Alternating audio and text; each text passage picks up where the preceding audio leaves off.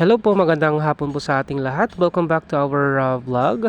And for today's video, since hapon na po at kagigising lang namin, katapos lang namin magkape. So, naisipan po namin pumunta dito sa taas at mag-merienda ng kikiam at saka fishball. At habang pataas kami dito mga ka-idol, nakita namin dito sa daan yung mga batang naglalaro ng palatunton. So yan po yung tawag po sa amin dito ng laro na yan. At yan po, nag-enjoy po sila naglalaro. So nakakatuwang tignan dahil alam pa nila yung mga ganitong laro. At nung bata pa ako mga ka-idol, gustong gusto ko rin yung laro na yan. So palagi po akong naglalaro. At ayun na nga, nakarating na kami dito sa may nagtitinda ng fishball at nag-order na po kami. Tig 25 pesos po kami yan, yung kikiam at saka fishball. Nakakamiss din kumain ng tusok-tusok, yung lalong-lalo nitong fishball at saka kikiam, kaya yan, naisipan po namin bumili dito.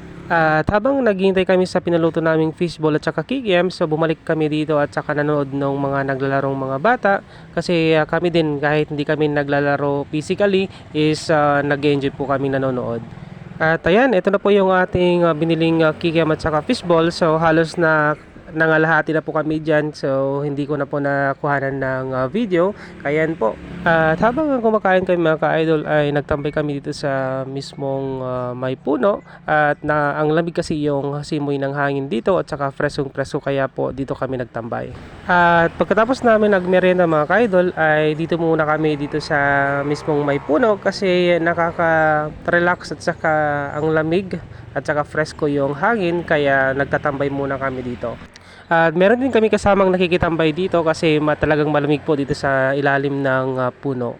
Napatingin ako dito sa taas mga ka-idol kasi ang gandang pangmasdan yung mga puno dito sa taas at saka yung hampas ng hangin, nakaka-relax dinggin. At isama mo na rin itong ulap mga ka-idol kasi sobrang ganda po.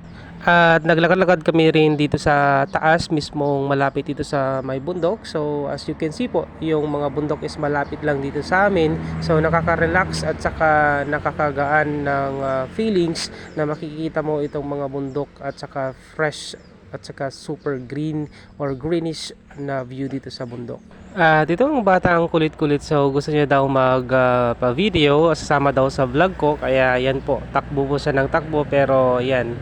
Talaga namang nakakatuwang tingnan yung mga batang naglalaro, so nakakamiss pong balikan yung mga pagkabata po natin. At ayan, dito na po nagtatapos ang ating daily vlog, so pauwi na po kami. Salamat po sa panonood at salamat din sa ating FB followers. Please subscribe to our YouTube channel and our FB page. Salamat, hanggang sa muli.